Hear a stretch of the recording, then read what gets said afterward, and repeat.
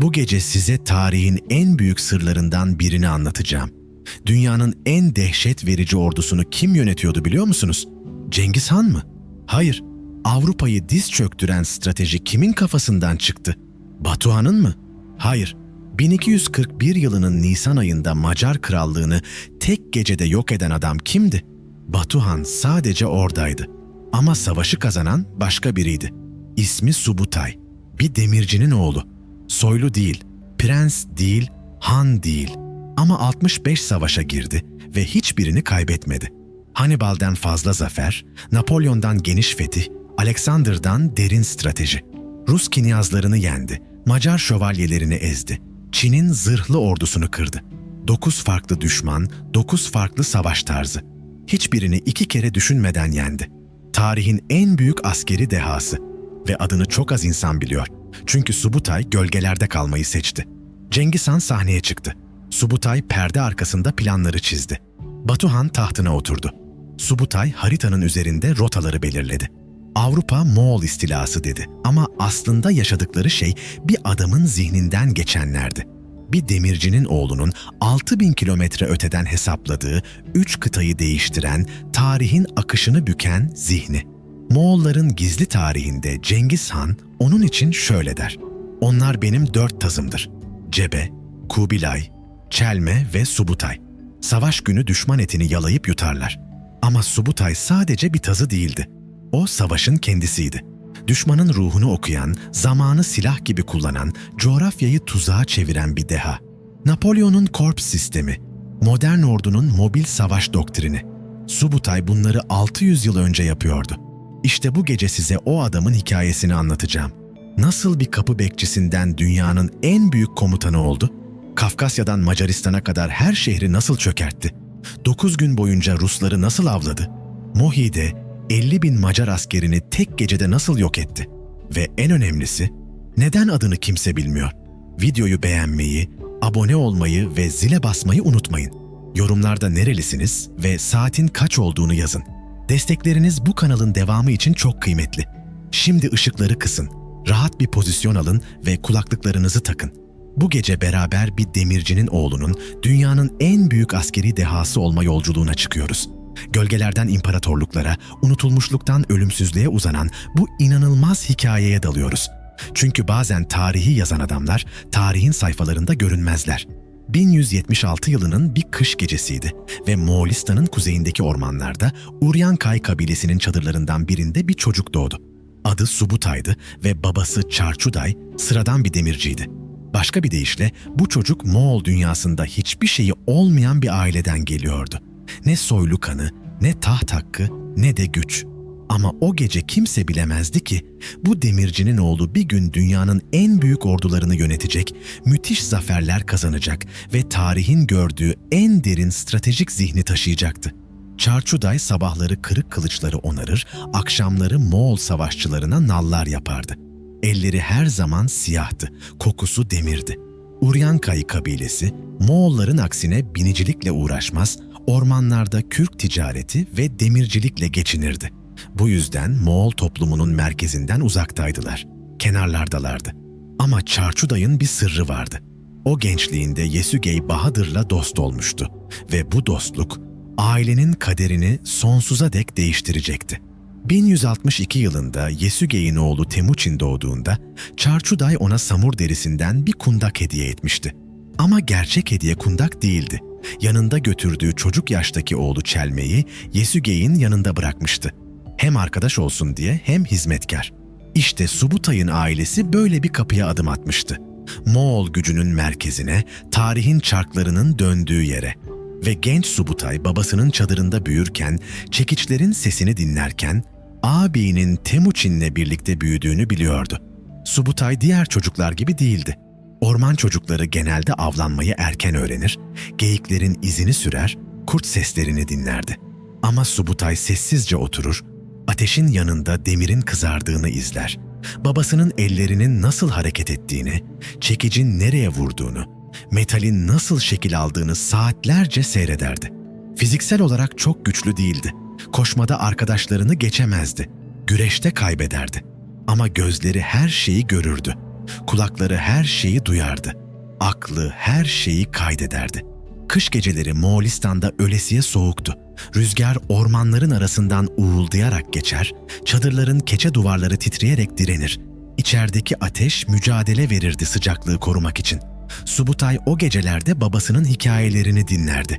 Yesügey Bahadır'ın ne kadar cesur bir savaşçı olduğunu, Temuçin'in nasıl büyüdüğünü, Moğol boylarının nasıl birbirine düşman olduğunu ve küçük çocuğun kafasında sorular oluşurdu. Neden savaşıyorlar, neden birleşmiyorlar, neden güçlü olanlar hep kazanıyor, zayıf olanlar hep kaybediyor? Babasının çekici her vurduğunda tok bir ses çıkardı. Ritim vardı, hesap vardı, zamanlama vardı. Çok erken vurursan demir soğuktur, şekil almaz. Çok geç vurursan demir çok yumuşar, bozulur. Tam zamanında vurmalısın, tam noktaya vurmalısın. İşte Subutay o çekiç seslerinden bir şey öğrendi. Gücün tek başına yetmediğini, zamanlamanın her şey olduğunu. Bir savaşta da böyle olmalıydı diye düşündü. Güçlü olmak yetmez. Doğru anda doğru yerde olmak gerekir. 1167 yılında Subutay 11 yaşındayken korkunç bir haber geldi. Yesügey Bahadır öldürülmüştü ve düşmanları Temuçin'in peşine düşmüştü. Çelme dostunu terk etmedi. Onunla birlikte kaçtı. Moğol bozkırlarında aylarca süren bir kaçış başladı. Subutay babasından her gece haber bekledi. "Çelme abim nerede? Temuçin ne yapıyor? Hayatta mılar, öldüler mi?" Çarçuday sessizce çalışmaya devam etti ama gözlerindeki endişe kaybolmadı hiç. Yıllar geçti ve sonunda Subutay da artık çocuk değildi. 14 yaşına geldiğinde bir karar verdi. Abini bulmak istiyordu. Temuçin'i görmek istiyordu. O kaçak hayatın neye benzediğini anlamak istiyordu. Babası Çarçuday ona baktı. Elleri yine siyahtı, saçları grileşmişti ama gözlerinde bir ışık vardı. "Git oğlum," dedi. "Ama unutma, sen soylu değilsin. Onlar seni içeri almayabilir, kapıda bekletebilirler. Hiç hesaba katmayabilirler. Ama sen sabret. Çünkü sabır, gücün en büyük silahıdır." Subutay yola çıktığında Moğol bozkırını ilk kez gördü. Ormanların karanlığından çıktı. Uçsuz bucaksız ovalar önünde açıldı. Gökyüzü öylesine genişti ki başı döndü. Rüzgar burada başkaydı. Engel yoktu. Özgürdü. Her yöne gidebilirdi. Atlar sürüler halinde koşuyordu. Kimse onları tutmuyordu ama hepsi bir arada kalıyordu. Ve Subutay anladı ki orman çocuğu olarak gördüğü dünya çok küçükmüş. Asıl dünya buradaymış. Bu bozkırlardaymış. Günlerce yürüdü, soruşturdu, izledi. Sonunda Temuçin'in kampını buldu. Çadırlar bir tepenin eteklerine kurulmuştu. Atlar otluyordu. Savaşçılar eğitim yapıyordu. Ve ortada en büyük çadırın önünde Temuçin duruyordu. Subutay uzaktan izledi. Nasıl konuştuğunu, nasıl emir verdiğini, nasıl dinlendiğini. Bu adam farklıydı. Bu adam bir gün büyük şeyler yapacaktı. Subutay bunu hissedebiliyordu. Ve işte bir akşam cesaret edip Temuçin'in çadırının kapısına vardı. Nöbetçiler ona baktı. Kim olduğunu sordu. "Çelme'nin kardeşiyim," dedi Subutay. "Demirci Çarçuday'ın oğluyum. Abimi arıyorum." Nöbetçiler birbirlerine baktı. İçeri girdiler. Bir süre sonra geri döndüler. "Çelme içeride. Ama Temuçin meşgul. Yarın gel," dediler. Subutay başını eğdi. Geri döndü ama gitmedi. Çadırın yakınında bir yere oturdu ve bekledi. Ama o kapıdan içeri girmek düşündüğü kadar kolay olmayacaktı. Günler geçti ve Subutay hala o çadırın kapısında duruyordu. Sabahları güneş doğmadan gelir, geceleri yıldızlar sönmeden gitmezdi. Nöbetçiler ona garip garip bakardı. "Bu çocuk ne bekliyor?" diye kendi aralarında konuşurlardı. Ama Subutay onları umursamazdı. Çünkü o boş durmuyordu. O öğreniyordu. Her sabah çadıra girenler vardı. Komutanlar, elçiler, casuslar. Subutay hepsini izlerdi. Yüzlerini okurdu. Yürüyüşlerini not ederdi. Kimisi başı dik girerdi. Kimisi eğik çıkardı. Kimisi gülümseyerek gelirdi. Kimisi kaşları çatık dönerdi. Ve Subutay fark etti ki savaştan kazanarak dönenlerle kaybederek dönenlerin yüzleri farklıydı. Kazananlar sakindi. Kaybedenler gergin. Kazananlar az konuşurdu. Kaybedenler çok. Kazananlar Temuçin'in gözlerinin içine bakardı. Kaybedenler yere. At binmeyi de burada iyice öğrendi. Yanına görevlendirilen yaşlı bir Moğol subayı vardı. Adam ona acımıştı. Orman çocuğu ata binmeyi bilmiyor. Yazık diye düşünmüştü. Sabahları Subutay'ı alır, kampa biraz uzakta bir yerde ata bindirirdi. İlk günler Subutay sürekli düştü. Elleri sıyrıldı. Dizleri çürüdü. Ama hiç şikayet etmedi. Hiç vazgeçmedi. Çünkü biliyordu ki Moğol dünyasında at kullanmayan adam hiçbir şeydi. Yaşlı subay ona sadece binmeyi değil, yay kullanmayı da öğretti. Önce atın üzerinde dengeyi bulmayı, sonra koşarken nişan almayı, sonra tam doğru anda oku bırakmayı. Zamanlama, dedi yaşlı adam bir gün. Her şey zamanlamadır. Çok erken atarsan hedefi kaçırırsın. Çok geç atarsan fırsatı kaybedersin. Tam zamanında atmalısın. Subutay o anda babasının çekiç seslerini hatırladı. Demirci çocuğu için yeni bir şey yoktu bu sözlerde. Sadece farklı bir biçimde. Bir akşam Temuçin çadırından çıktı ve Subutay'ı gördü. Tam kapının yanında hareketsiz, sessiz, gözleri her yeri tarayan genç bir çocuk. Temuçin durdu, baktı. "Sen her gün buradasın," dedi. Subutay başını eğdi. "Evet." "Neden?" Subutay başını kaldırdı. Temuçin'in gözlerinin içine baktı. "Öğreniyorum," dedi. Temuçin'in kaşları kalktı. "Neyi öğreniyorsun?" "Sana kimse bir şey öğretmiyor." Subutay bir an duraksadı. Sonra konuştu. "Çadıra girenler ve çıkanları izliyorum efendim. Kazanan komutanların yüzleri farklı, kaybedenlerin farklı. Kazananlar sakin, kaybedenler telaşlı. Ve anladım ki savaşı kazanmak sadece güçle değil, sakinlikle de ilgili." Temuçin'in gözlerinde bir ışık parladı. Bu çocuk sadece beklemiyordu, gözlemliyordu. Sadece duymuyordu, anlıyordu. Sadece görmüyordu, okuyordu. "Adın ne?" diye sordu. "Subutay efendim, Çelmen'in kardeşi." Temuçin başını salladı. "Çelmen'in kardeşi ha? Peki Subutay, savaşa hiç gittin mi?" "Hayır." "Hiç düşman öldürdün mü?" "Hayır efendim." "Hiç komuta ettin mi?" "Hayır efendim." Temuçin güldü ama alay eden bir gülüş değildi. Takdir eden bir gülüştü. "Ama her şeyi gözlemledin değil mi?" Subutay sessizce başını salladı. Ertesi gün Temuçin onu çağırdı. "Sana bir görev vereceğim," dedi. "Güneydeki kampa bir haber götüreceksin. Yalnız gideceksin, kimse sana eşlik etmeyecek. Yolu bulacaksın, haberi ileteceksin, geri döneceksin." Subutay kabul etti. 3 gün sürdü yolculuk. Yolda kurt sürüsüyle karşılaştı. Geceleri aç kaldı ama haberi iletti ve geri döndü. Temuçin ona ikinci bir görev verdi. Bu sefer bir keşif görevi, düşman kampının yerini tespit etmek. Subutay tek başına gitti. Kimseye görünmeden düşmanı izledi. Sayılarını saydı, güçlerini ölçtü, geri geldi ve rapor verdi. 3. görev geldiğinde Temuçin ona küçük bir birlik verdi. 10 kişi. "Batıdaki geçidi tut," dedi. "Düşman oradan gelecek. Onları durdur." Herkes bekliyordu Subutay'ın düşmanla karşı karşıya savaşacağını. Ama Subutay farklı bir şey yaptı. Geçidin 2 tarafına adamlarını yerleştirdi. Yukarıdan taş yağmuru başlattı.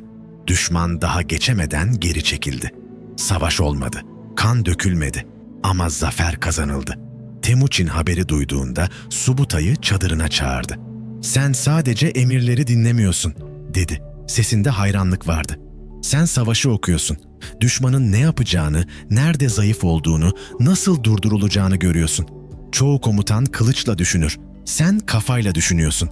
Ve Temuçin Han o gün anladı ki demircinin oğlu Subutay belki de ordusunun en keskin silahı olabilirdi. Kılıç değildi bu silah, zihindi. Mızrak değildi, stratejiydi. Ok değildi, öngörüydü. Ve Temuçin biliyordu ki böyle bir adam yanında olduğu sürece hiçbir savaş kayıp değildi.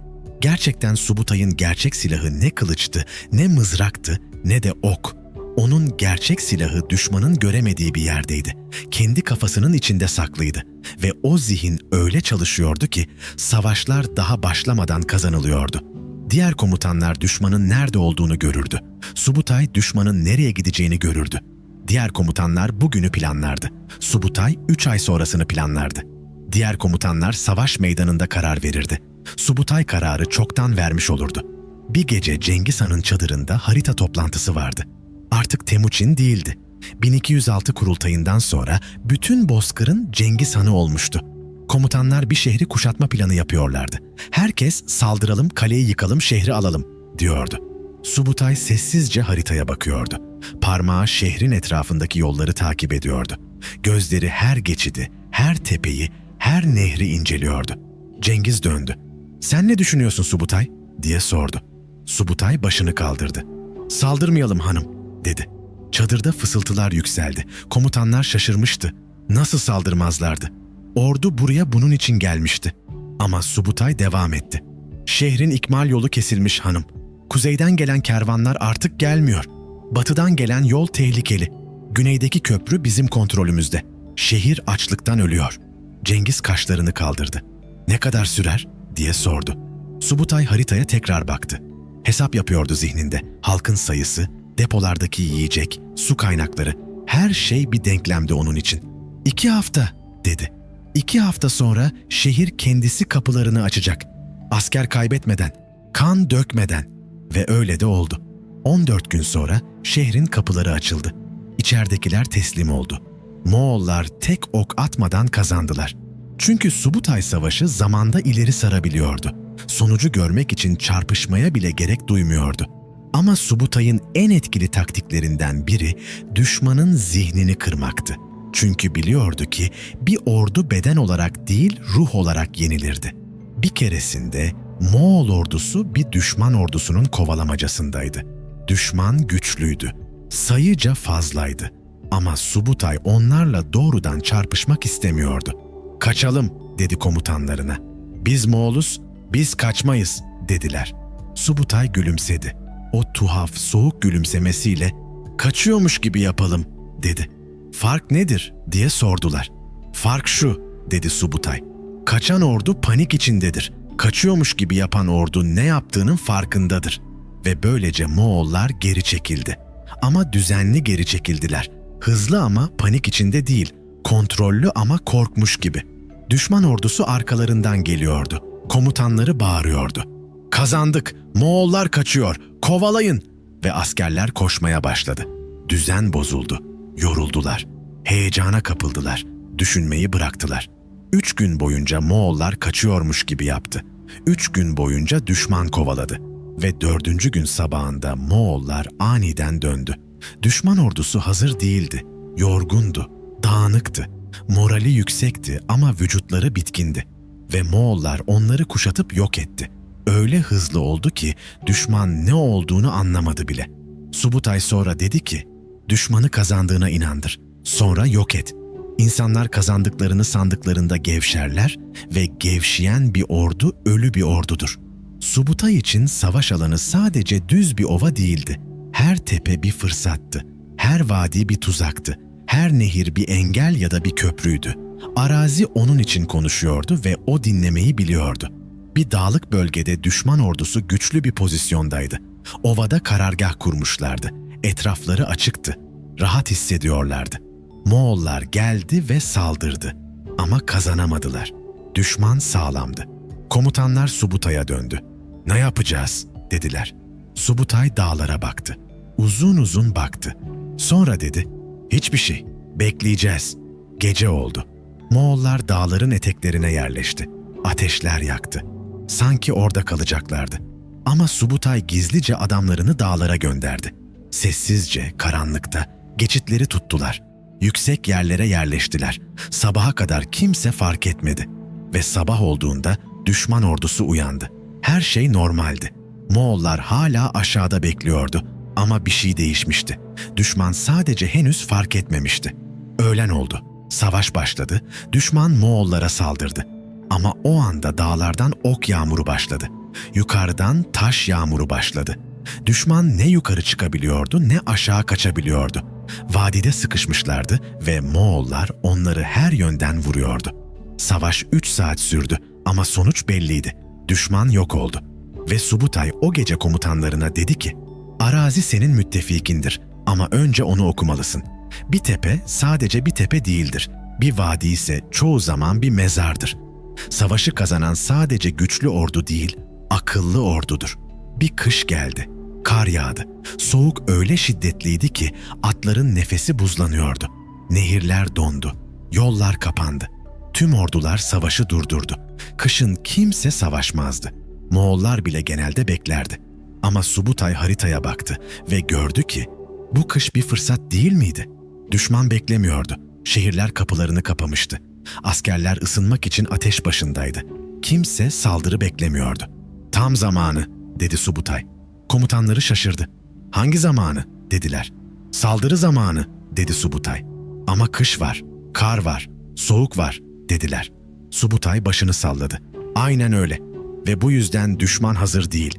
En büyük sürpriz imkansız zamandır. Ve Moğol ordusu kışın ortasında hareket etti. Donmuş nehirlerin üzerinden geçtiler. Çünkü nehirler artık buz köprülerdi. Karlı dağlardan aştılar. Çünkü kar yolları saklamıştı. Ve bir sabah düşman şehrin kapısında belirdiler. Şehir şoktaydı. Kimse beklemiyordu. Surlar boştu. Askerler hazırlıksızdı. Ve şehir düştü. Neredeyse hiç direnç gösterilmeden. Çünkü Subutay biliyordu ki zamanlama her şeydi. Doğru anda doğru yerde olmak binlerce askere bedeldi. Sürpriz en güçlü silahtı. O gün Subutay komutanlarına dedi ki, herkes yazın savaşır, ben kışın savaşırım. Herkes gündüz saldırır, ben gece saldırırım. Çünkü kazanan güçlü olan değil, akıllı olandır. Ama Subutay'ın en dehşet verici taktiği çoklu ordulardı. Çünkü o tek bir ordu gibi düşünmüyordu. O birkaç ordu gibi düşünüyordu. Ve hepsini aynı anda farklı yerlerden vuruyordu. Sanki her ordunun başında kendisi varmış gibi. Sanki tek bir zihin binlerce kilometre uzağa yönetiyormuş gibi. Bir keresinde büyük bir düşman ülkesine sefer düzenliyordu. Ülke genişti, şehirler çoktu, dağlar ve nehirler arazi bölüyordu. Tek bir ordu ile fethetmek yıllar alırdı. Subutay haritayı açtı, komutanları çağırdı ve haritanın üzerine birkaç farklı rota çizdi. Parmakları harita üzerinde dolaşırken hesaplamalar yapıyordu. Her rotanın kaç gün süreceğini, hangi nehri geçeceğini, hangi tepeye ulaşacağını, ne zaman buluşacaklarını. "Birinci ordu buradan gidecek," dedi parmağıyla kuzeyi göstererek. "Dağların kuzeyinden, donmuş geçitlerden." Sonra güneyi gösterdi. "İkinci ordu buradan, nehir boyunca. Üçüncü ordu ortadan, ana yoldan." Komutanlar karıştı. "Ama efendim, ordumuz bölünecek, zayıflayacak. Birbirimizden yüzlerce kilometre uzakta olacağız," dediler. Subutay başını salladı. Gözlerinde o soğuk ışık vardı. "Yüzlerce kilometre uzakta olacaksınız ama aynı gün saldıracaksınız. Atlı süvariler her gün mesaj taşıyacak. Her akşam nerede olduğunuzu bileceksiniz. Her sabah nereye gideceğinizi bileceksiniz ve düşman şaşıracak." Durdu. Haritaya baktı. Sonra komutanlarının gözlerine baktı. Düşman kuzeyde bir ordu görecek. Güneyde bir ordu görecek. Ortada bir ordu görecek. Hangisine karşı koysun? Kuzeyini mi savunsun, güneyini mi, ortasını mı? Ordusunu bölemez. Çünkü sayısı az. Bir yere yağarsa diğer yerler açık kalır. Ve karar vermeye çalışırken biz 3 yönden aynı anda vuracağız. Ve o an anlayacak ki çoktan kaybetmiş. Ve öyle de oldu. Moğol orduları farklı yollardan ilerledi. Bazıları dağlardan geçti. Bazıları nehir vadilerinden, bazıları ovalarda sürdü. Aralarında 500-600 kilometrelik mesafeler vardı. Ama her gece süvariler mesaj taşıdı. Her komutan Subutay'ın planını biliyordu. Her ordu nerede olması gerektiğini biliyordu. Düşman şaşırmıştı. "Moğollar her yerdeler," diye bağırıyordu askerleri. "Kuzeyde de var, güneyde de var. Nasıl bu kadar hızlılar?" Düşman ordusunu böldü. Kuzey birliklerini kuzeye, güney birliklerini güneye gönderdi. Ortada zayıf kaldı. Ve Subutay'ın planladığı gün geldiğinde 3 Moğol ordusu birbirine yakın zamanlarda saldırdı. Düşman hiçbir cepheyi tam olarak savunamadı. Ordusu parçalanmıştı. Koordinasyonu çökmüştü ve Moğollar her koldan vurdu. Düşman yok oldu. Savaştan sonra komutanlardan biri sordu.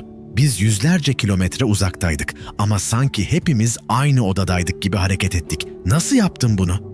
Subutay haritaya baktı.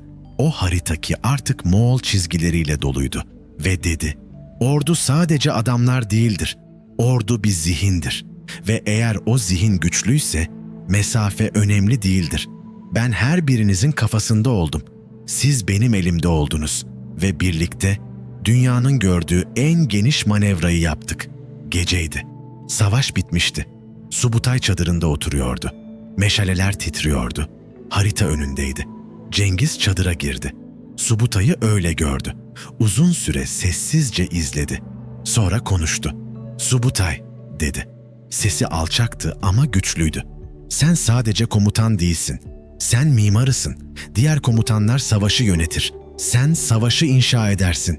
Subutay sessizce başını eğdi. Ama içinde bir şey kabarmıştı. Sorumluluktu.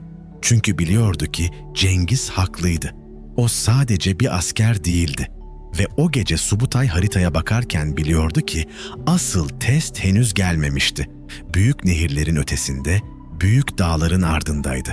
Ve o sınav geldiğinde hazır olacaktı. Çünkü onun zihni zaten oradaydı.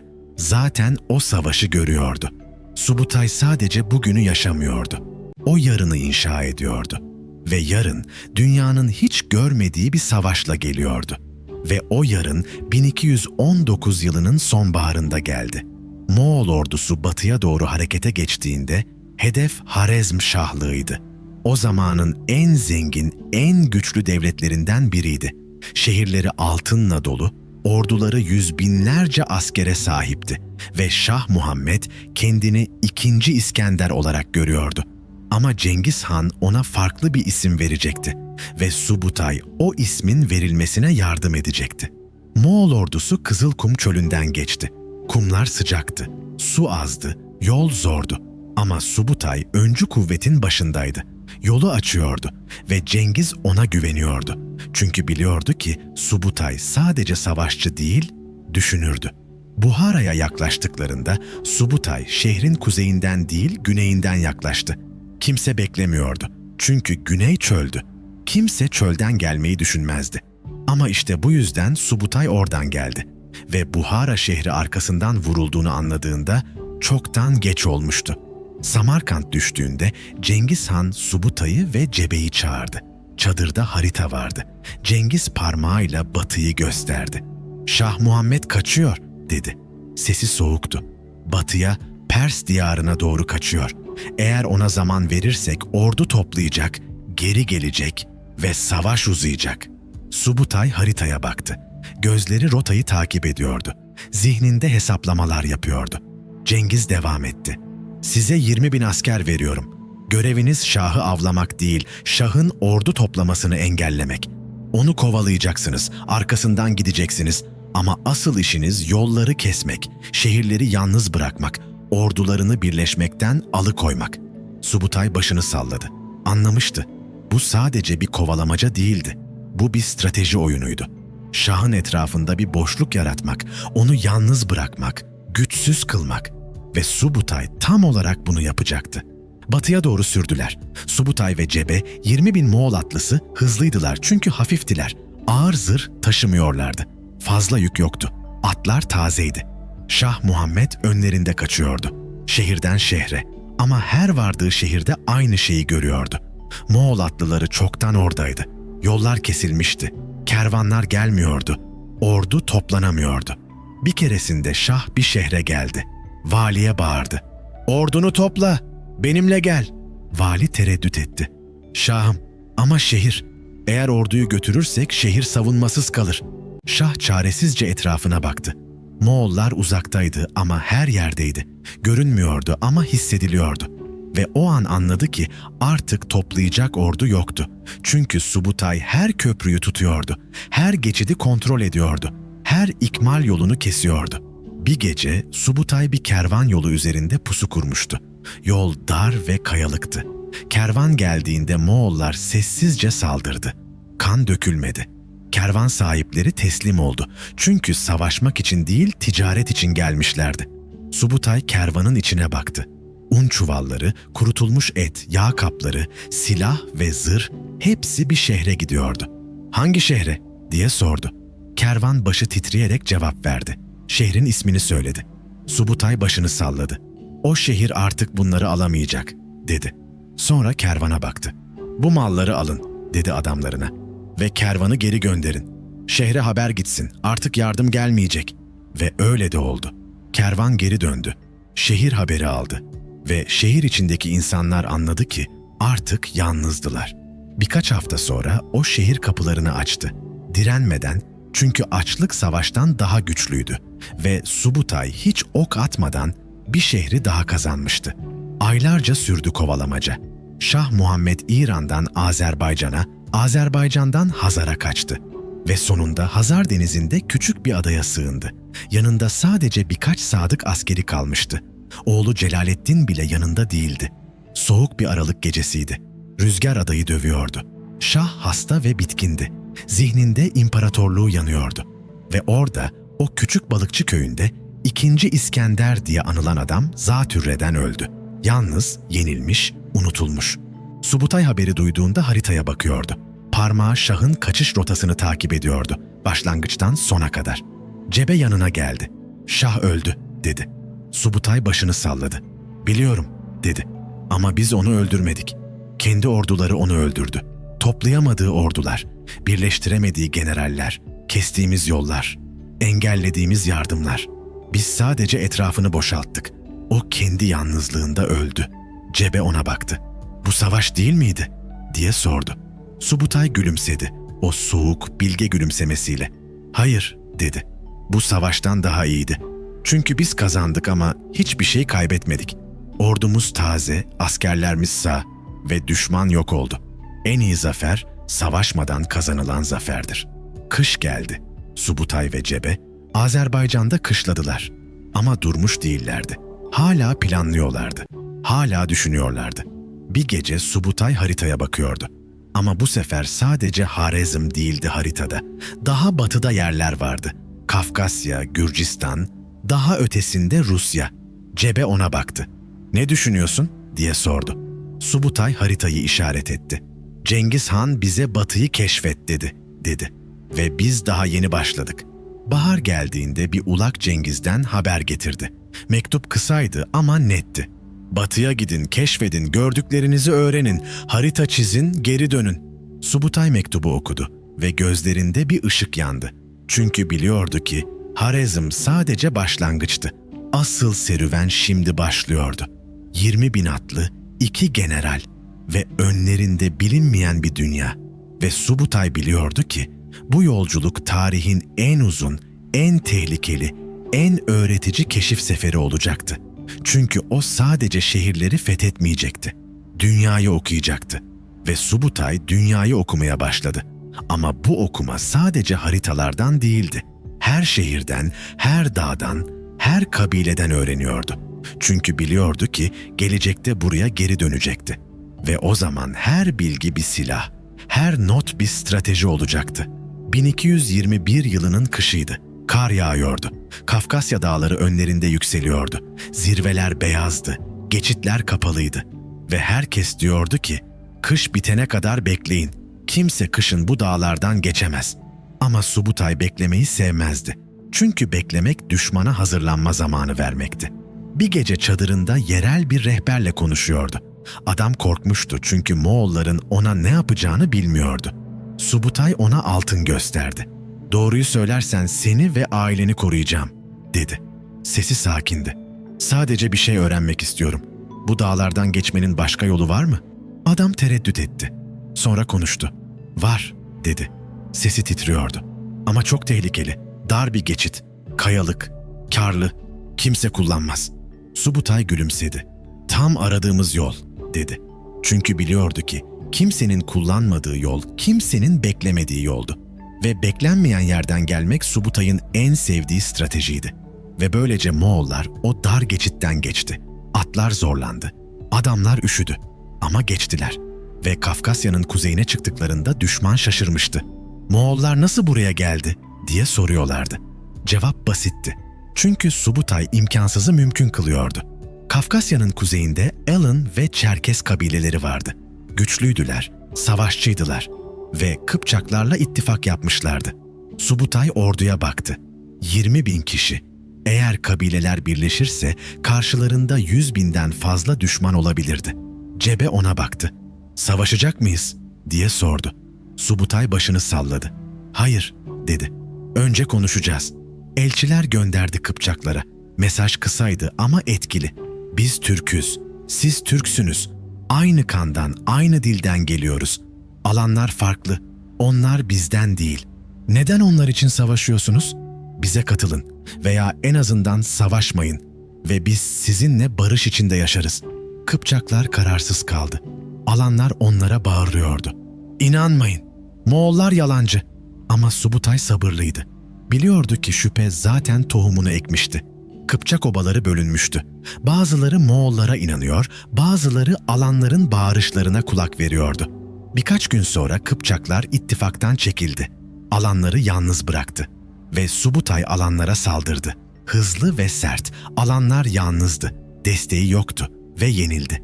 Sonra Subutay Kıpçaklara döndü. Ama bu sefer elçiler değil kılıçlar gönderdi. Çünkü artık Kıpçaklar tek başınaydı ve zayıftı. Kıpçaklar ihanet edildiğini anladığında çoktan geçti. Moğol atlıları her yönden geliyordu ve Kıpçaklar da yenildi. Cebe o gece Subutay'a dedi ki, "Sen onları çok iyi kandırdın." Subutay başını salladı. "Evet," dedi. "Ama savaşta hile yoktur. Sadece kazananlar ve kaybedenler vardır. Ben iki orduyu ayrı ayrı yendim. Eğer birlikte savaşsalardı belki kaybederdik. Savaşın yarısı kılıçta, yarısı akıldadır." Gürcistan'a girdiklerinde Subutay farklı bir şey yaptı. Savaşmadan önce şehirlere casuslar gönderdi. Ama bu casuslar sadece bilgi toplamıyordu. Aynı zamanda söylenti yayıyordu. Yalan haberler götürüyordu. Kral ile soylular arasında anlaşmazlık yaratıyordu. Bir şehirde casuslar, "Kral sizi terk edecek," dedi. Başka bir şehirde, "Kral sizden daha çok vergi isteyecek," dedi. Ve şehir içinde huzursuzluk başladı. Ve Moğollar saldırdığında bazı şehirler direnmedi. Çünkü içeriden çoktan çürümüştü. Kral George bir ordu topladı.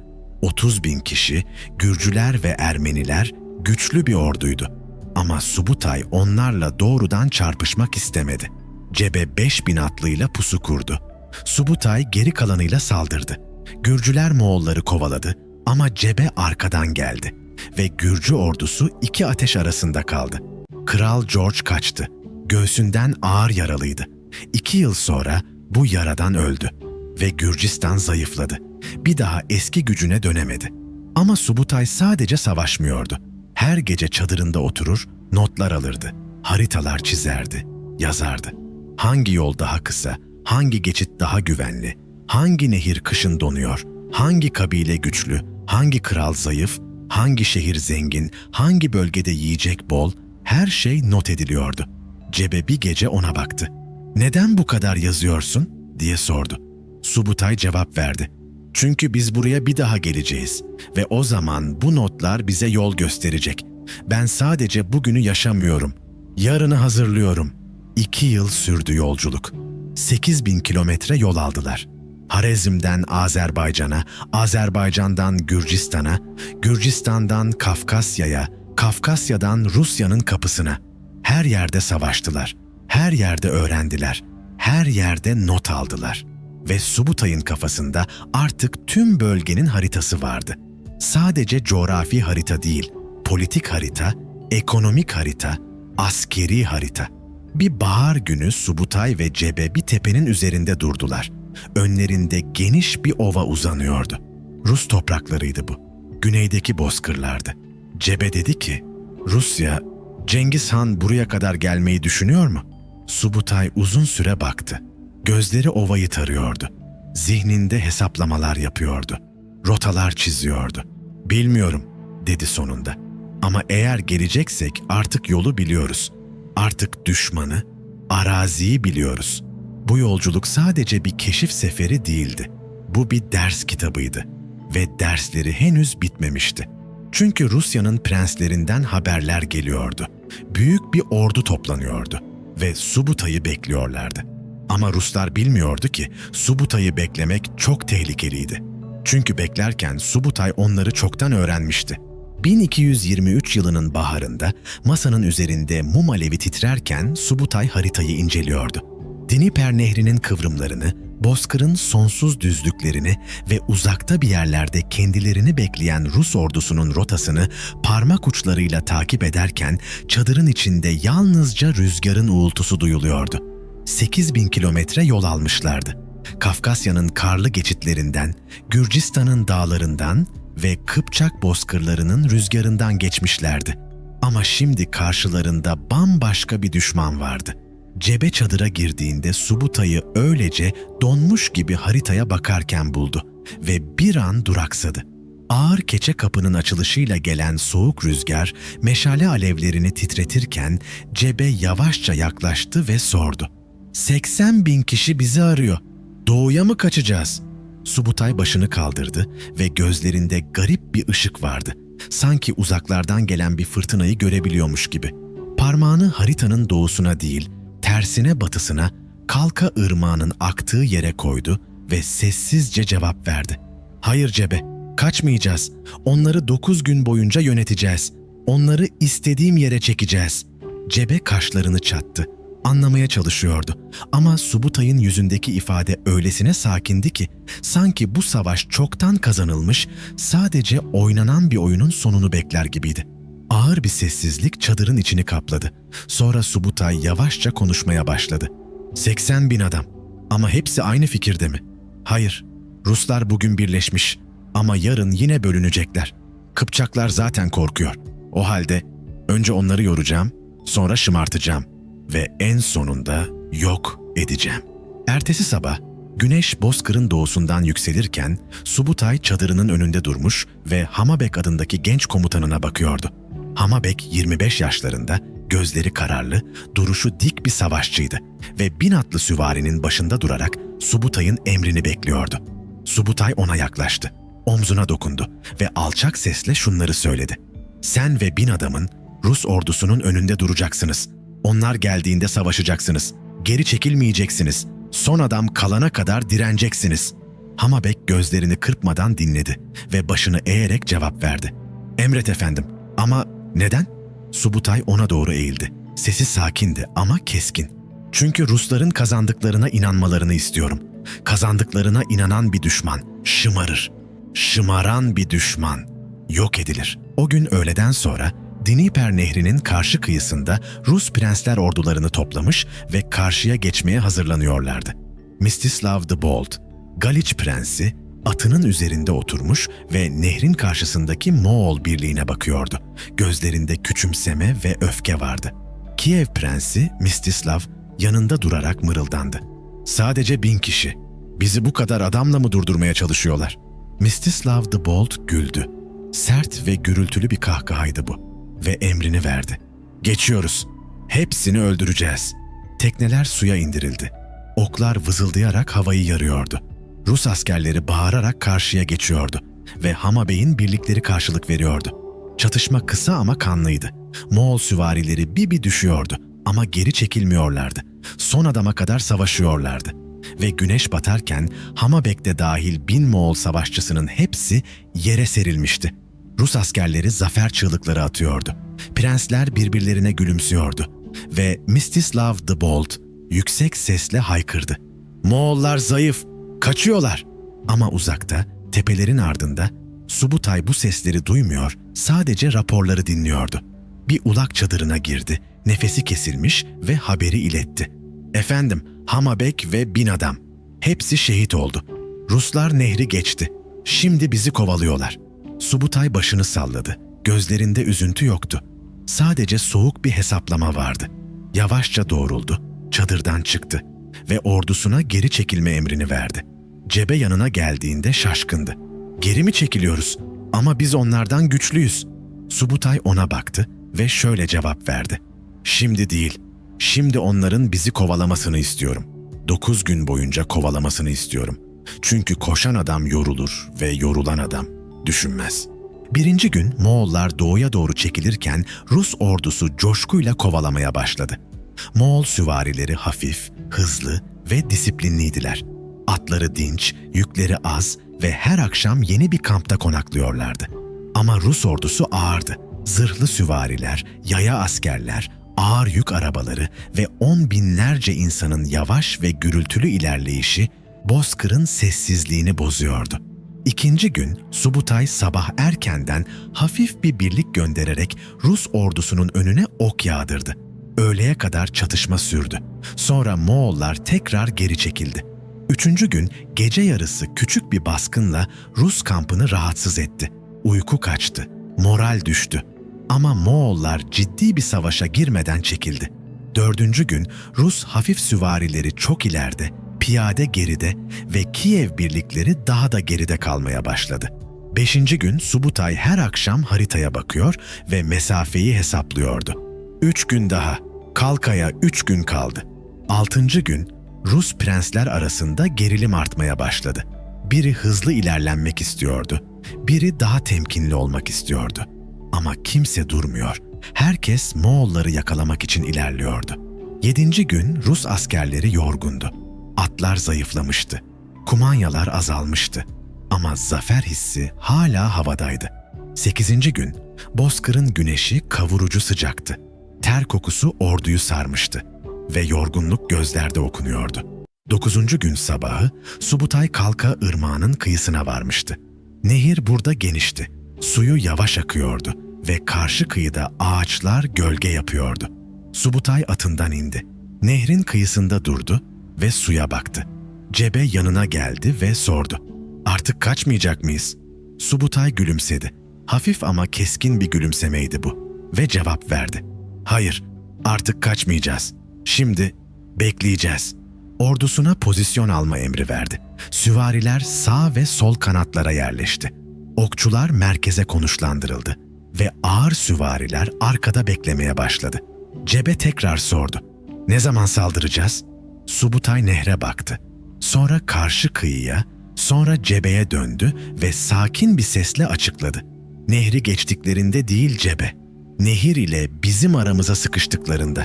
O zaman her yönden vuracağız ve hiçbiri kaçamayacak." 31 Mayıs sabahı güneş doğarken Rus ordusu Kalka Irmağı'nın karşısına varmıştı. Mstislav atının üzerinde Moğol ordusunu görünce haykırdı. "İşte oradalar, sonunda durdular. Şimdi onları ezeceğiz." Ama Kiev prensi tereddüt ediyordu. Bir şeyler yanlış geliyordu ona.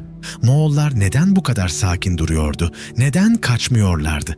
Ama Mstislav the Bold dinlemedi. Kuman müttefikleriyle birlikte saldırı emri verdi ve binlerce atlı süvari nehre doğru koşmaya başladı. Nehir sığ yerlerinden geçiliyordu. Atlar suya girdi. Çamur sıçradı. Bağırışlar yükseldi ve Moğollar bekledi. Subutay elini kaldırmadı. Okçular ok atmadı. Süvariler hareket etmedi. Sadece beklediler. Rus hafif süvarileri karşıya geçti. Kuman birlikleri arkadan geliyordu ve nehir ile Moğol ordusu arasında sıkışmaya başladılar. İşte o anda Subutay elini kaldırdı. Moğol okçuları ok yağdırmaya başladı. Sağ ve sol kanatlardan süvariler hareket etti ve saniyeler içinde Rus ordusu 3 yönden sarıldı. Kumanlar panik yaptı. Moğollardan korkuyorlardı zaten ve ilk ok seslerinde geri dönüp kaçmaya başladılar. Kaçan kumanlar arkadan gelen Rus birliklerinin arasından geçerken kaos yarattı. Düzen bozuldu. Komutanlar bağırıyordu ama ses duyulmuyordu ve Moğol süvarileri her yönden vuruyordu. Mstislav the Bold savaşmaya çalışıyordu ama ordusunun yarısı çoktan dağılmıştı. Kiev prensi Mstislav hala nehrin karşı tarafındaydı, ordusuyla birlikte. Ama şimdi ne yapacağını bilmiyordu. Moğollar sağdan, soldan, önden vuruyordu. Rus askerleri nehre geri itiliyordu.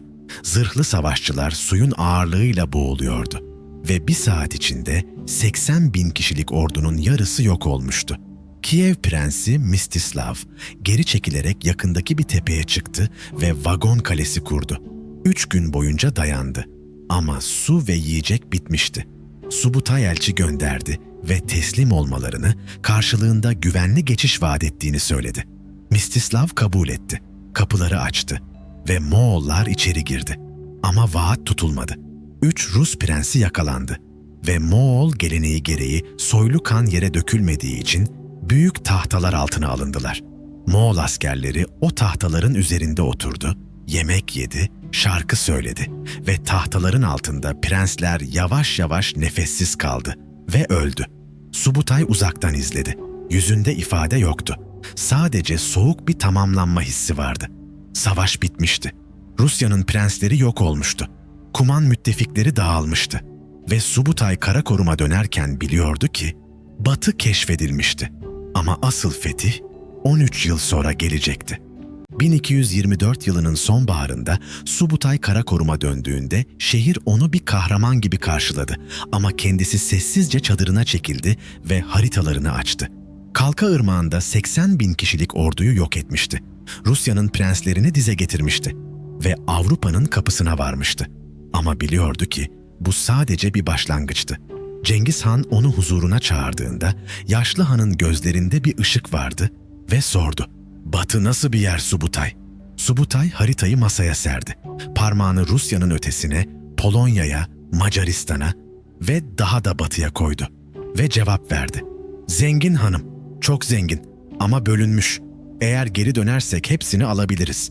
Cengiz başını salladı. Ama o günlerde yaşlıydı ve başka savaşları vardı. Ve Subutay biliyordu ki Batı biraz daha beklemek zorundaydı. 15 yıl geçti.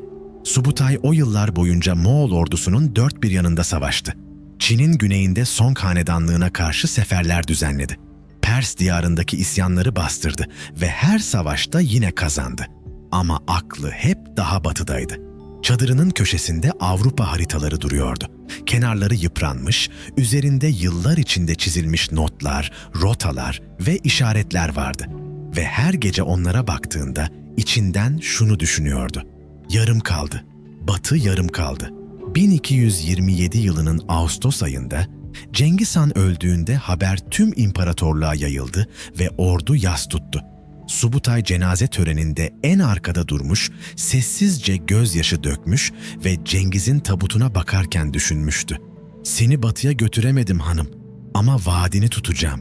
Çünkü Cengiz sadece bir han değil, bir öğretmendi, bir babaydı ve onun hayali dünyayı fethetmekti.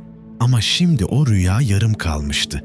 Ögeday Han tahta çıktığında genç, hırslı ve babasının gölgesinden çıkmak istiyordu. İlk yıllarını imparatorluğu güçlendirmeye harcadı. Yollar yaptırdı, şehirler kurdu. Ama 1235 yılında büyük kurultayı topladığında yeni bir karar açıkladı. "Batıya gideceğiz. Babam oraya kadar uzandı ama fethetmedi. Biz bitireceğiz." Çadırda oturan prensler heyecanlandı. Generaller birbirlerine baktı.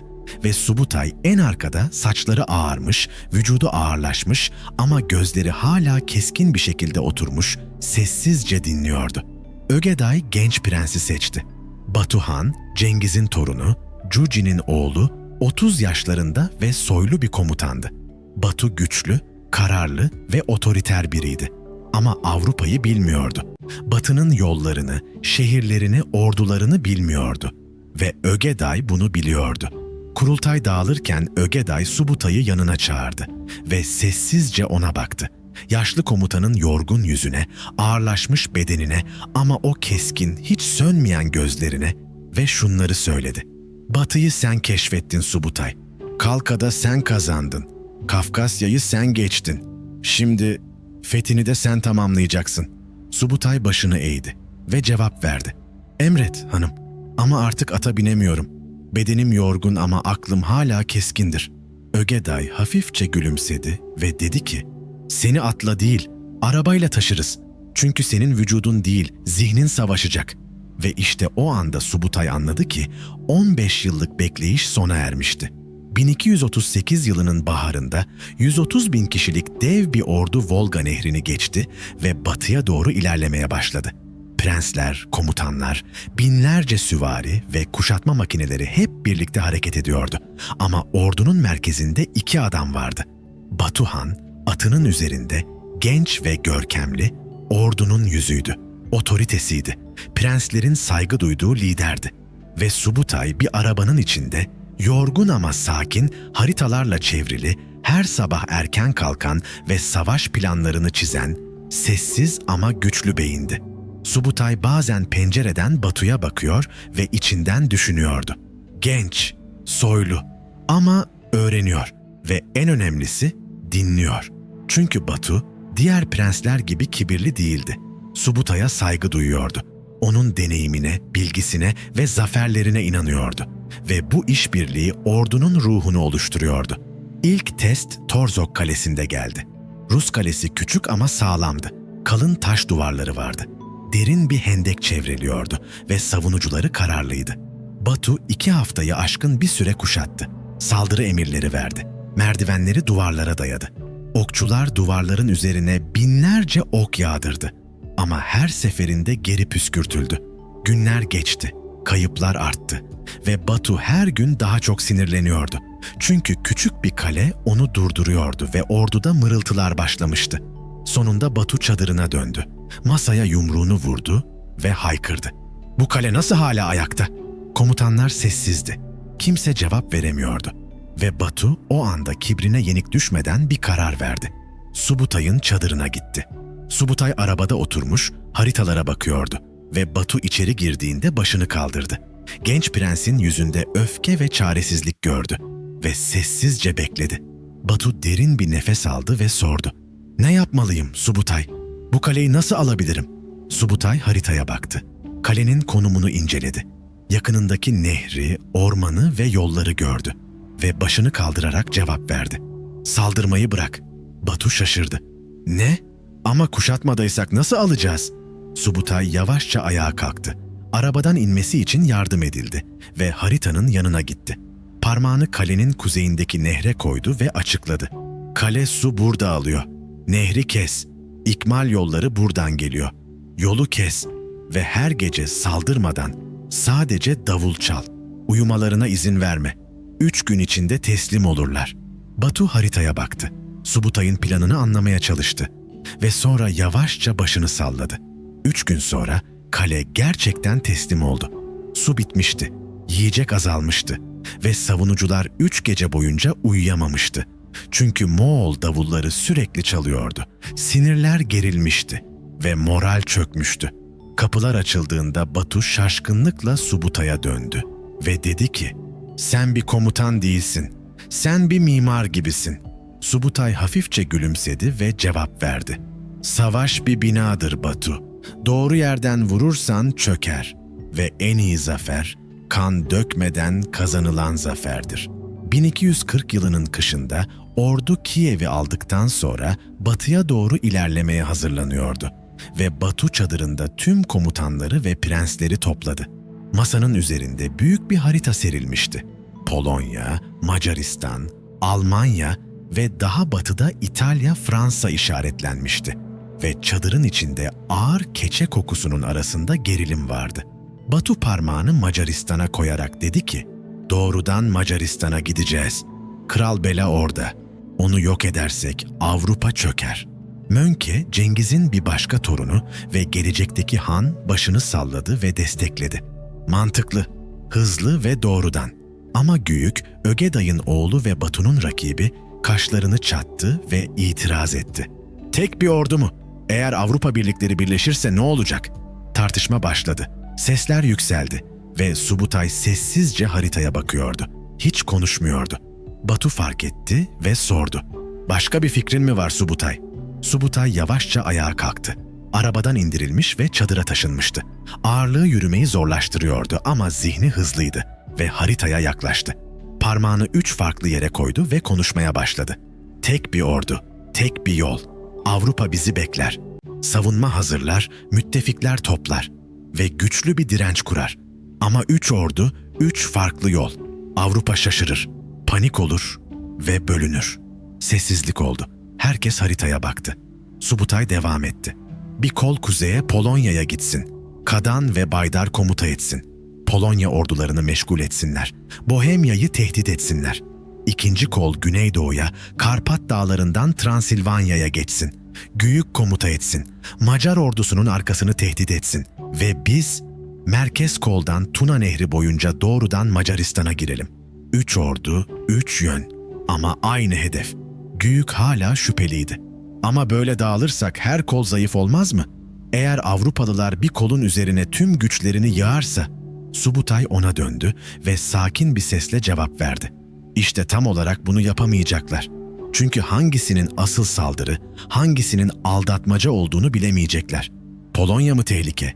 Transilvanya mı? Macaristan mı? Nereye askerlerini gönderecekler?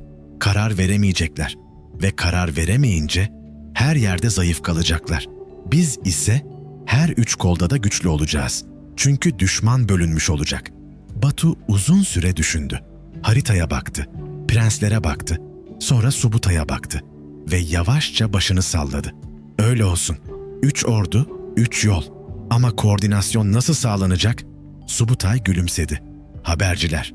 Her gün, her kol diğerlerinin nerede olduğunu bilecek. Ve son saldırıya birlikte başlayacağız. 9 Nisan 1241 günü Polonya'da Liegnitz Ovası'nda Kadan ve Baydar komutasındaki Kuzey Ordusu Henry II'nin ordusunu yok etti. Henry savaş alanında öldü, başı bir mızrağa geçirildi ve Polonya ordusu dağıldı. Haber Avrupa'ya yayıldığında dehşet başladı. Moğollar gelmişti. Kilise çanları çaldı, rahipler vaaz verdi, halk paniğe kapıldı ve Papa 9. Gregory Roma'dan bir çağrı yaptı. Haçlı Seferi, Moğollara karşı Haçlı Seferi. Ama Avrupa prensleri birbirleriyle kavgalıydı. Kutsal Roma İmparatoru kendi sorunlarıyla meşguldü ve kimse bir araya gelemedi. Avrupa bölünmüştü, korkmuştu ve şaşkındı. Moğollar nereden geliyordu? Ne kadar büyüktü orduları? Nereye gidiyorlardı? Subutay güneyde Macaristan sınırında arabada oturmuş ve bu haberleri dinlerken yüzünde hafif bir gülümseme vardı. Bir ulak çadırına girdi ve rapor etti. "Komutanım, Liegnitz düştü. Henry öldü. Kuzey kolu başarılı." Subutay başını salladı ve haritaya baktı. Parmağını Polonya'dan Macaristan'a kaydırdı ve mırıldandı. Dikkat dağıtma işe yaradı. Şimdi asıl darbe zamanı. Çünkü Kuzey ordusu sadece bir oyundu. Avrupa'nın dikkatini dağıtmak, ordularını bölmek ve Macaristan'dan uzaklaştırmak içindi. Asıl hedef her zaman Macaristan'dı. Çünkü Macaristan Avrupa'nın kalbiydi. Zengin ovalarıyla, güçlü ordusuyla ve stratejik konumuyla. Ve Subutay biliyordu ki kalbi durdurursan vücut çöker. Batu çadırına girdi ve sordu. "Planımız nedir Subutay?" Subutay haritaya işaret etti. "Bela şimdi şaşkın. Polonya'dan mı geliyoruz, Transilvanya'dan mı yoksa doğrudan Tuna'dan mı bilemiyor. Ordusu hazır ama nerede konuşlanacağını bilemeyecek. Biz bekleyeceğiz. 3 kolu birleştireceğiz. Sonra Macaristan'a girerken Bela'nın ordusu bizi bekleyecek ama nerede savaşacağımızı biz seçeceğiz." Batu gülümsedi. "Bir tuzak mı?" Subutay cevap verdi. "Hayır, bir satranç hamlesi ve Bela şahmat olduğunu henüz bilmiyor. Beklemek, Subutay gibi bir komutan için saldırmak kadar ölümcüldü. Macaristan'ın ötesinde Avusturya vardı. Avusturya'nın ötesinde Almanya, Almanya'nın ötesinde Fransa ve en batıda, haritanın kenarında, Atlantik Okyanusu'nun kıyılarında İngiltere duruyordu. Subutay'ın parmağı yavaşça rotaları takip ediyordu. Viyana, Münih, Paris, Londra, hepsi hesaplanmıştı. Hepsi mümkündü ve Subutay biliyordu ki eğer Macaristan düşerse hiçbir şey Moğolları durduramayacaktı. Ama önce bir savaş vardı. Ama önce Macar kralı Bela vardı. Ve Bela, Avrupa'nın farkında olmadıkları son umuduydu. 10 Nisan 1241 akşamı Subutay arabada oturmuş ve önündeki Sajo ırmağına bakıyordu. Nehir geniş ve yavaş akıyordu.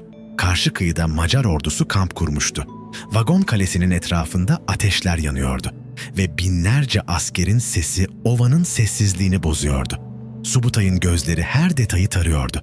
Kampın büyüklüğünü, vagonların dizilişini, köprünün konumunu ve nehrin derinliğini hesaplıyordu.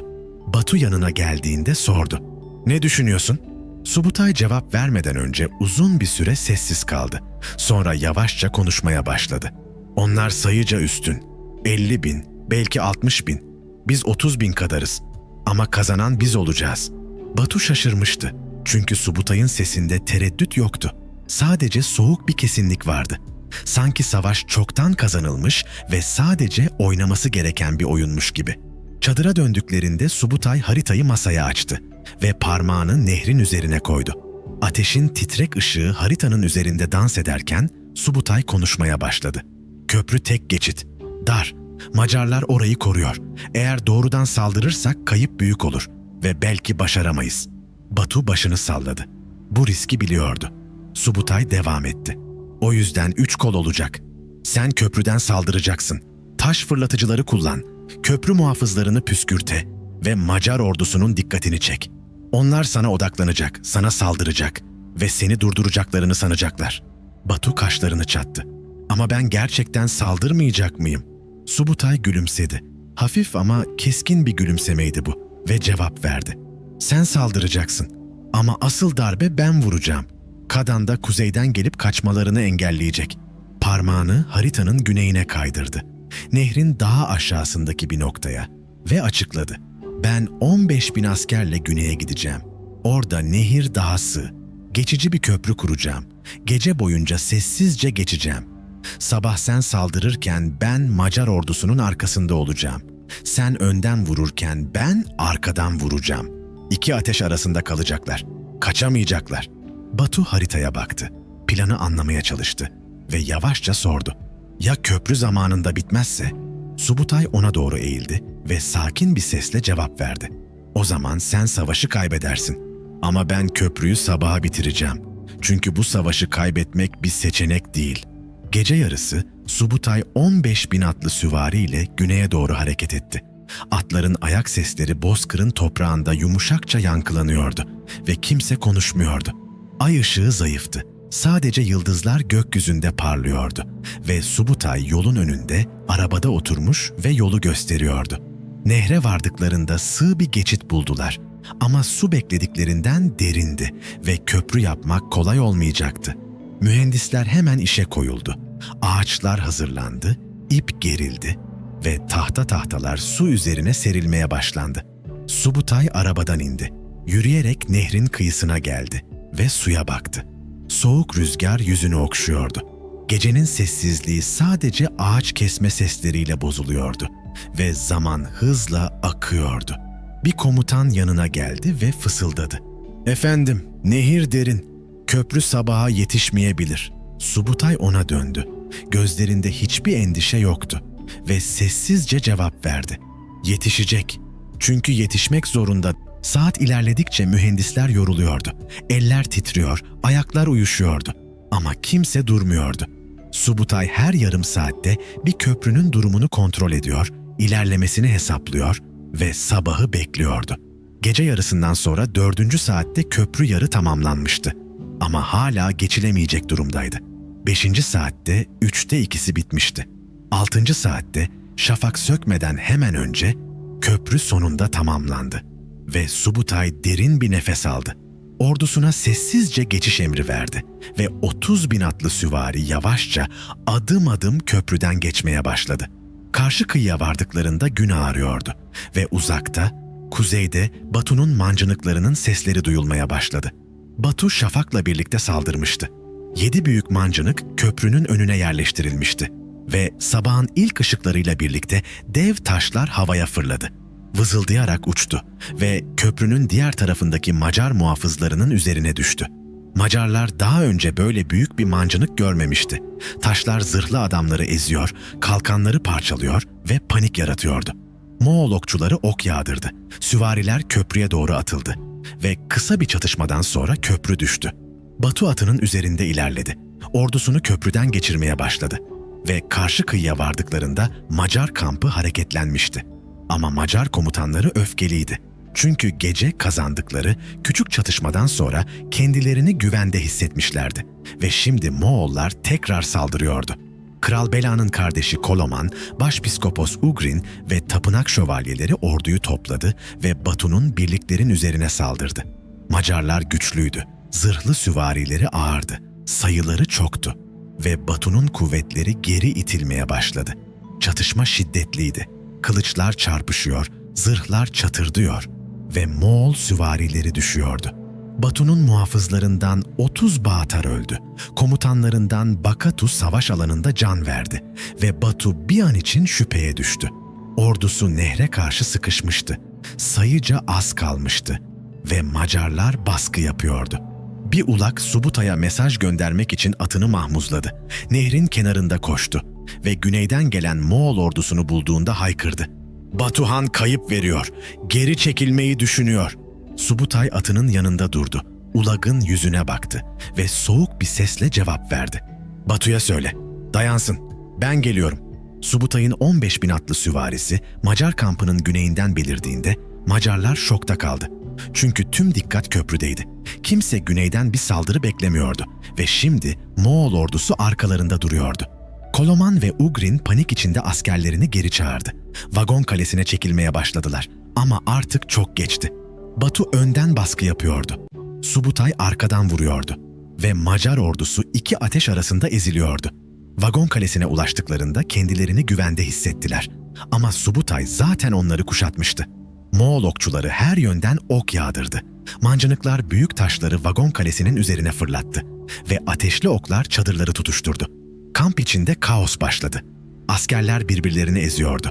Atlar çılgınca koşuyordu ve dumanın içinde kimse ne olduğunu anlamıyordu. Koloman bir kez daha cesaretini topladı. Bir grup askerle Moğollara saldırdı. Ama Moğol süvarileri onu püskürttü ve ağır yaralı geri döndü. Başpiskopos Ugrin, Kral Bela'ya açıkça eleştiriler yöneltti. "Neden orduyu hazır tutmadınız? Neden bekledik?" Ama artık suçlama zamanı geçmişti. Hayatta kalma zamanıydı. Subutay vagon kalesini tamamen kuşattıktan sonra bir şey yaptı ki bu onun en büyük dehasını gösteriyordu. Batı tarafında küçük bir kaçış yolu bıraktı. Batu şaşırmıştı ve sordu. "Neden tam kuşatmıyoruz?" Subutay haritaya baktı ve açıkladı. "Çembere alınan bir düşman ölümüne savaşır. Çünkü kaybedecek bir şeyi kalmamıştır. Ama kaçış yolu gören bir düşman kaçar ve kaçan bir ordu dağılmış bir ordudur. O zaman avlamak kolaydır." Ve tam olarak öyle oldu. Macar askerleri batıdaki açıklığı gördüklerinde, kampın içindeki ateş ve taş yağmuru dayanılmaz hale geldiğinde panik içinde kaçmaya başladılar. Önce birkaç asker, sonra yüzlerce, sonra binlerce. Düzen çöktü. Herkes kendini kurtarmaya çalıştı ve Moğollar bu anı bekliyordu. Subutay önceden atlı okçuları kaçış yolunun iki yanına yerleştirmişti ve Macarlar açıklıktan geçerken her iki yandan ok yağmuru altında kaldılar. Zırhlı şövalyeler atlarıyla kaçmaya çalıştı ama yorgun atlılar hızlı koşamadı. Moğol süvarileri onları yakaladı ve tek tek düşürdü. Katliam saatlerce sürdü. Bozkır'ın toprağı kanla karıştı ve güneş batarken Macar ordusunun artık çok az adamı kalmıştı. Kral Bela kaçmayı başardı. Bir avuç sadık askerle kuzeye doğru atını sürdü. Ama kardeşi Koloman öylesine ağır yaralıydı ki birkaç gün sonra hayatını kaybetti. Başpiskopos Ugrin savaş alanında can verdi ve Macar soylularının çoğu o gün öldü. Tarihe geçen rakamlara göre 40 bin ile 70 bin arası Macar askeri hayatını kaybetti ve Macaristan savunmasız kaldı. Savaş bittiğinde Batu, Subutay'ın çadırına geldi ve ilk sözleri suçlayıcıydı. "Köprü çok geç tamamlandı. Benim kolum büyük kayıp verdi. 30 bağatarımı kaybettim." Subutay sakin bir şekilde cevap verdi. "Nehir beklenenden derindi. Köprü zaman aldı. Ama sen erken saldırdın. Planı beklemeliydin." Gerginlik bir an arttı. İki komutan birbirine baktı. Sonra Batu derin bir nefes aldı ve başını eğdi. "Haklısın. Sabırsız davrandım. Affet." Subutay hafifçe gülümsedi ve dedi ki, "Savaşı kazandık. Kayıplar oldu. Ama zafer bizimdir. Ve şimdi Avrupa'nın kapısı açık." Aynı günün akşamı ordugahın ortasında herkesin önünde ateşin başında otururlarken oldu. Güyük ve Büri Batu'nun yanına gelip küçümseyici bir gülümsemeyle şöyle dedi. "Sen yaşlı kadınlar gibi zayıflamışsın.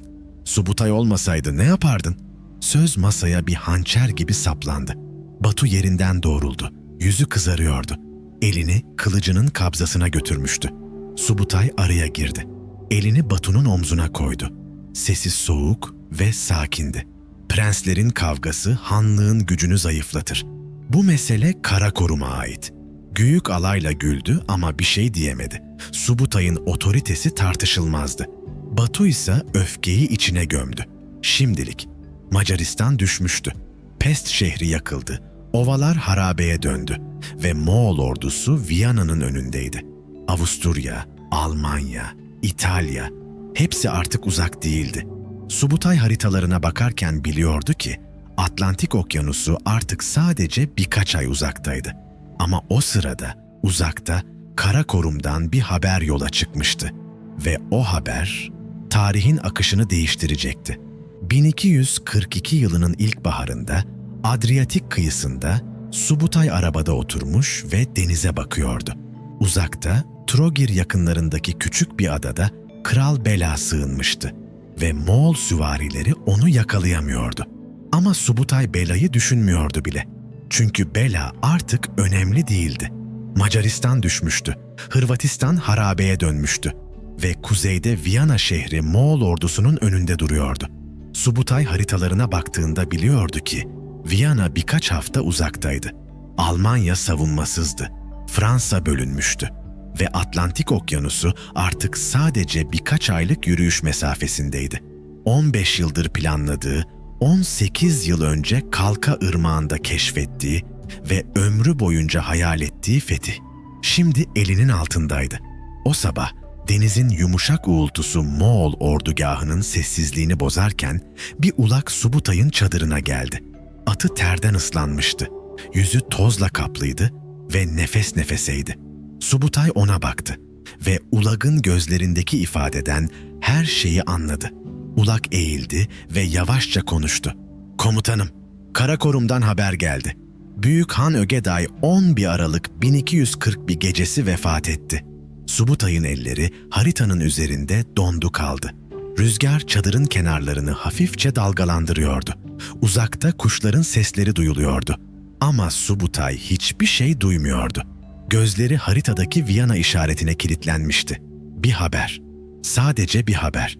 Binlerce kilometre öteden gelen bir cümle ve dünya bir anda değişmişti. Akşam prensler Subutay'ın çadırına toplandılar. Batu sessizce köşede oturuyordu. Yüzü ifadesizdi ama gözleri tedirgin gibiydi. Mönke, Kadan ve diğer prensler haritanın etrafında durmuşlardı ve herkes bekliyordu. Subutay yavaşça ayağa kalktı. Haritaya eğildi ve parmağını Viyana'nın üzerine koydu. Sesi sakindi ama kararlıydı. Viyana kuzeyde, 2 belki 3 hafta uzakta. Avusturya Dükü Frederick'in ordusu güçlü ama sayıca az. Eğer Viyana düşerse Almanya açık kalır. Bohemya savunmasız. Fransa bölünmüş. Atlantik Okyanusu'na kadar hiçbir güç bizi durduramaz. Sessizlik çadıra hakim oldu. Herkes Subutay'ın ne demek istediğini anlamıştı. Devam etmek istiyordu. Savaşı bitirmek istiyordu. Cengiz Han'ın hayalini tamamlamak istiyordu. Mönke öne eğildi ve konuştu. Ama Büyük Han öldü. Yassa yasası açık. Tüm kanın prensleri kurultaya katılmalı. Yeni han seçilmeli. Bu tartışılacak bir şey değil. Kadan başını salladı. Karakorum bizi bekliyor. Eğer gitmezsen hain sayılırsın. İmparatorluk parçalanır. Subutay onlara baktı ve içinden binlerce söz geçti. Viyana çok yakın. Sadece birkaç hafta. Savaşı bitiririz, sonra döneriz. Ama söylemedi. Çünkü biliyordu ki Yassa yasası kesin ve tartışılmazdı. Büyük Han öldüğünde tüm prensler Karakorum'a dönmeli. Kurultay toplanmalı ve yeni han seçilmeliydi. Eğer prensler giderse ordu başsız kalırdı ve başsız ordu savaşamazdı. Batu hala sessizdi. Subutay ona baktı ve bekledi. Batu, Cengiz Han'ın torunu, Cuci'nin oğlu ve bu seferin komutanıydı. Eğer Batu devam derse belki prensler ikna olabilirdi. Ama Batu konuşmadı. Çünkü Batu biliyordu ki Ögeday'ın oğlu Güyük onun düşmanıydı. Kurultayda olmak zorundaydı. Güyük Han seçilirse ve Batu orada yoksa bu felaket olurdu. Uzun bir sessizlikten sonra Subutay derin bir nefes aldı, doğruldu ve yavaşça konuştu. "Haklısınız, Yassa yasası kesindir. Ordular geri dönecek." Prensler çadırdan çıktıktan sonra Subutay yalnız kaldı. Haritaya baktı. Viyana oradaydı, işaretli. Münih, işaretli. Paris, işaretli. Atlantik Okyanusu, haritanın en batısında son hedef. Her şey hesaplanmıştı. Her şey hazırdı. 18 yıl önce Kalka Irmağı'nda bu toprakları keşfetmişti. 15 yıl önce Ögeday'a dönüp Batı'yı fethedelim demişti. 15 yıl beklemiş, planlamış ve sonunda buraya gelmişti. Macaristan düştü. Polonya harabeye döndü. Viyana önlerindeydi ve şimdi bir haber yüzünden yarım kalacaktı. Yine. Subutay haritayı yavaşça kapattı ve dışarı çıktı. Adriyatik denizinin üzerinde ay parlıyordu. Dalgalar kıyıya vuruyordu ve gecenin soğuk rüzgarı yüzünü okşuyordu. 66 yaşındaydı. Ömrünün çoğunu savaşta geçirmişti. 40 kampanya yönetmişti. 32 ulus fethetmişti. Ama en büyük hayali yarım kalmıştı. Belki bir gün diye düşündü. Belki yeni han devam eder. Ama biliyordu. Derin bir yerde biliyordu. Bu fırsat bir daha gelmeyecekti. Ve tarihin en büyük komutanı sessizce arabaya bindi ve doğuya, kara koruma ve tarihin gölgelerine dönmeye başladı. Geride Avrupa kalmıştı. Kurtulmuş ama sadece bir haber sayesinde. Eğer Ögeday bir ay daha yaşasaydı belki de Avrupa'nın tarihi bambaşka yazılacaktı. 1243 yılında Subutay Karakurum'a vardı. Şehir kalabalıktı. Prensler ve generaller her yerden gelmişti ve kurultay için hazırlıklar yapılıyordu. Ama Subutay bir şeyin eksik olduğunu fark etti. Batu yoktu. Batu, Cengiz Han'ın torunu, Avrupa seferinin komutanı ve imparatorluğun en güçlü prenslerinden biri. Kurultaya gelmemişti. Volga kıyılarında kalmıştı, kendi topraklarında. Ve herkes biliyordu ki sebebi Güyük'tü. Çünkü Güyük, Ögeday'ın oğlu ve Batu'nun düşmanıydı. Subutay bunu anlamıştı. Politika oyununun içinde savaş kadar tehlikeli bir dünya vardı. Ve o dünyada Subutay sadece bir komutandı. 3 yıl sürdü kurultay. 3 uzun yıl boyunca Ögeday'ın dul eşi Töregene Hatun İmparatorluğu yönetti. Prensler birbirleriyle pazarlık yaptı ve Subutay sessizce bekledi. 1246 yılında sonunda Güyük Han seçildi. Törenler görkemli oldu. Davullar çalındı ve yeni han tahta oturdu. Subutay törende oradaydı. Eğildi, biat etti ve Güyük'e sadakatini sundu. Çünkü o bir askerdi. Hanlar değişir, imparatorluklar dönüşür. Ama bir komutanın görevi hizmet etmekti. Güyük onu kabul etti. Ama gözlerinde başka bir hesap vardı. Kısa bir süre sonra Güyük Subutay'ı huzuruna çağırdı. Çadırda sadece ikisi vardı ve Güyük doğrudan konuştu. Seni Song hanedanlığına karşı sefere gönderiyorum. Çin'in güneyinde hala direniş var. Sen onu kıracaksın. Subutay başını eğdi ve cevap verdi. Emredersiniz hanım. Güyük devam etti. 71 yaşındasın, biliyorum. Ama senin gibi bir komutan daha yok. Song'u bitirmek istiyorum. Subutay sessizce dinledi. Biliyordu ki Güyük'ün gerçek sebebi başkaydı. Batu ile Güyük arasında açık savaş henüz başlamamıştı. Ama herkes hissediyordu ki yakındı. Ve Güyük, Moğol İmparatorluğu'nun en iyi generalini Batu'nun yanında istemiyordu. Onu uzağa, Çin'e, güneye göndermek daha mantıklıydı. 1246 yılının sonbaharında Subutay 71 yaşındayken tekrar savaşa gitti. Arabada taşındı. Çünkü artık ata binemiyordu. Ordusu 10 binlerce kişiydi.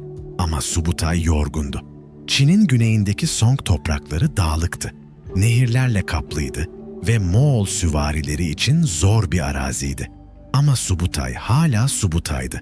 Kuşatma düzenledi, nehir geçitleri planladı ve Song kuvvetlerini geri itti. 2 yıl sürdü seferi. 2 uzun yıl boyunca savaştı, kazandı ve yaşlandı. 1247 yılında bir Avrupalı ziyaretçi geldi. Papa'nın elçisi Plano Carpini. Carpini, Subutay'ı gördüğünde şöyle yazdı. Moğollar arasında çok saygın bir adam. Ona Bahadur diyorlar. Kahraman anlamına geliyor. Yaşlı ama gözleri hala keskin. Bu, Subutay hakkında bir yabancının yazdığı son kayıttı. 1248 yılında Subutay Song seferinden döndü. Karakorum'a uğradı. Güyük'e rapor verdi ve ardından sessizce evine gitti. Evi Tuğul Irmağı'nın yakınındaydı. Bugünkü Ulanbatar'ın civarında, geniş bozkırların ortasında küçük bir çadırdı. Atları, koyunları ve ailesi oradaydı. 5 oğlu vardı. Hepsi yetişkin olmuştu. Bazıları komutan olmuştu. Ve Subutay onların yüzlerine baktığında biliyordu ki mirası devam edecekti. Artık savaşa gitmiyordu. Arabaya binmiyordu. Haritalar açmıyordu. Sadece bozkıra bakıyor, atların otladığını izliyor ve geçmişi hatırlıyordu. 14 yaşında Cengiz'e katılmıştı. 57 yıl önce. O zamanlar Moğollar küçük bir kabileydi ve Cengiz sadece bir liderdi. Henüz adı Temuçin'di. Şimdi Moğol İmparatorluğu dünyanın en büyük imparatorluğuydu. Pasifik'ten Adriyatik'e uzanıyordu ve Subutay bu imparatorluğun mimarlarından biriydi. 40 kampanya yönetmişti. 32 ulus fethetmişti. 65 savaş kazanmıştı. Çin'i, Harezm'i, Kafkasya'yı, Rusya'yı, Polonya'yı, Macaristan'ı hepsini görmüştü. Ama hiçbir zaman adı Cengiz gibi anılmamıştı. Çünkü o bir komutandı, bir han değil. Gölgelerde yaşamıştı, gölgelerde savaşmıştı ve gölgelerde emekli olmuştu. Aynı yıl 1248'de 72 yaşında Tuğul Irmağı'nın kıyısında Subutay öldü. Ölümü sessiz oldu. Törenler görkemli değildi. Sadece ailesi, komutanları ve birkaç yaşlı asker oradaydı. Onu Bozkır'ın topraklarına gömdüler. Mezarı sade bir höyüktü ve üzerine sadece bir taş koydular. Bir hanın mezarı gibi değildi. Ama belki de Subutay başka bir şey istememişti. Çünkü o tarihin en büyük komutanıydı ama aynı zamanda en mütevazı komutanıydı. Adını altın harflerle yazdırmamıştı. Taht istememiş, iktidar peşinde koşmamıştı. Sadece savaşmıştı. Sadece kazanmıştı. Ve sadece hizmet etmişti. Ölümünden sonra oğulları onun yolunu sürdürdü. Uryankadai, Dali Krallığını fethetti ve Song Hanedanlığına güneybatıdan saldırdı. Torunu Aju, Şangyan kuşatmasını yönetti ve Song'un kalbine giden yolu açtı. 3 nesil boyunca Subutay'ın soyundan gelenler Moğol hanlarına hizmet etti ve her seferinde dedelerinin adı anıldı. Subutay Bahadur, Cesur Subutay, tarihin en büyük komutanı. Ama Subutay'ın kendisi artık orada değildi. Tuğul Irmağı'nın kıyısında, Bozkır'ın toprağının altında sessizce yatıyordu ve dünya o olmadan da dönmeye devam ediyordu.